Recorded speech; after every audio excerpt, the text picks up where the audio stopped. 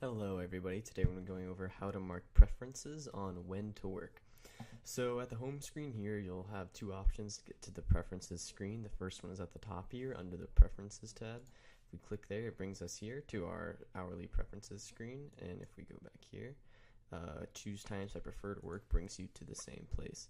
So the first thing I'm going to do is show you guys how to use the hourly preferences. So what you do is you click on one of these rows, any one of them works for the date. So Friday, May 20th, I can click anywhere in the row and it'll bring up this screen right here. Each of these little boxes are 15-minute increments. So for example, this third box is 5:30. And there's two ways you can mark your preferences. You can use the painter or you can use the timetable.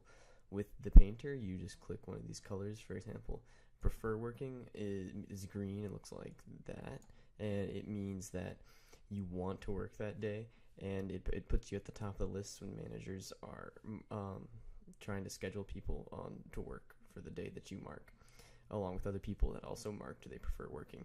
Dislike working looks like that. It's like a pink color, and what it means is that you're available to work but you would not like to work. No preference looks like just white, and it's the default, and as you can see, the stuff I haven't marked over here on the side, and it just means that it's exactly what it sounds like. You do not have a preference for working that day. And then this red here is cannot work, and since I have school until 3 every day, I cannot work until 3. So, and you can also use the timetable here. So if I preferred working from 3 until 11 after school that day, I click any one of these. So prefer, because I wanted to prefer working, and I go to 3 p.m. and end 11 p.m. Click add, and then it'll add right there. But if I want to go all the way to 12, I would have to go to the top, I think, and then add, and you can see it fills it in right there. And what that means is I prefer working after school from 3 until 12. I click save changes. You see it added it right there to Friday, May 20th on the tail end there. And let me just clear what I did. Okay, so that's how you use the hourly preferences. There's two other things you can do to mark preferences. There's specific date preferences, which is, it brings up this calendar month, and it's really good for getting a good overall view of your work month. You can use this to mark entire days when you prefer and do not prefer to work. And to do that, all you have to do is click and drag inwards to the box like that, outside the box. So click outside, drag inwards like that. And it'll also tell you the days that you already have marked. So the blue means that I have both a mixture of some of these. This means I marked that I can't work, and this day I prefer to work, which is, you can see right here, Saturday, May 21st. And then we click Save Changes. And there's also repeating weekly preferences, and these are really good for marking when you have something that you have to do every day. So for example, I have school until 3, and if I click Save Changes, you'll see that every day it says that I have school until 3, unless I've marked something specific like I have right here.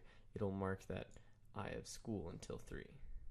Now, school ends on around June 10th. So after June 10th, I've set a future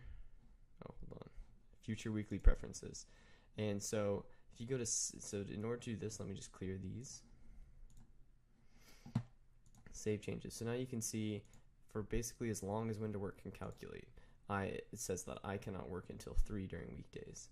So if I go back to our original week, so if I go to repeating weekly and set future, what this will do is it'll change your weekly preferences after a certain date. So if school ends on June 10th, all I have to do is go to June, use this arrow right here, go to June 10th, and then clear what I have right here because I'm free to work. After that, it's summer.